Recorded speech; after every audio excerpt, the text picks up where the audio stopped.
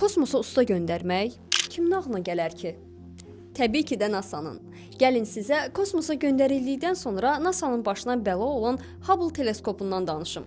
1990-cı ildə Hubble teleskopu kosmosa doğru yola salındı. Missiyanın məqsədi kainatın ən aydın görüntülərini əldə etmək idi və çox çəkmədi ki, teleskopdan gələn görüntülər NASA-nı şoka salmışdı. Şəkillər bulanıq görünürdü. Məlum oldu ki, Hubble-ın əsas güzgüsündə cəmi 2 mikronluq bir əyilmə varmış. Yəni bir insan tükünün 50-də biri qədər. Bu isə teleskopun işığı düzgün fokuslaya bilməməsinə səbəb olurdu.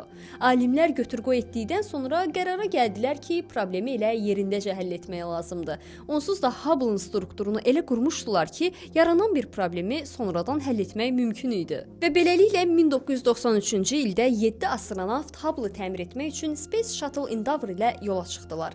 Bu mürəkkəb əməliyyat zamanı onlar bəzi alətləri yeniləri ilə əvəz etdilər. Teleskopun görmə qabiliyyətini düzəldən Costar adlı xüsusi optik sistemi quraşdırdılar. Əlavə olaraq yeni kamerada yerləşdirdilər. NASA-nın bəxti gətirdi ki, Hubble həmin vaxtda yerdən sadəcə 612 kilometr uzaqlıqda idi. Məsələn, 2021-ci ildə göndərilən James Webb teleskopu bizdən tam 1,5 milyon kilometr uzaqlıqda yerləşir. Bu hadisədən sonra James Webb-də nəsə səhv olsaydı, ora usta göndərmək qeyri-mümkün olacaqdı. Hazırda həm Hubble, həm də Webb teleskopu illərdir kainatın ən heyrətamiz görüntülərini bizə göndərməyə davam edir. Bugün sizinlə Azerselin təqdimatında kosmosda baş verən maraqlı bir faktı bölüşmək istədim.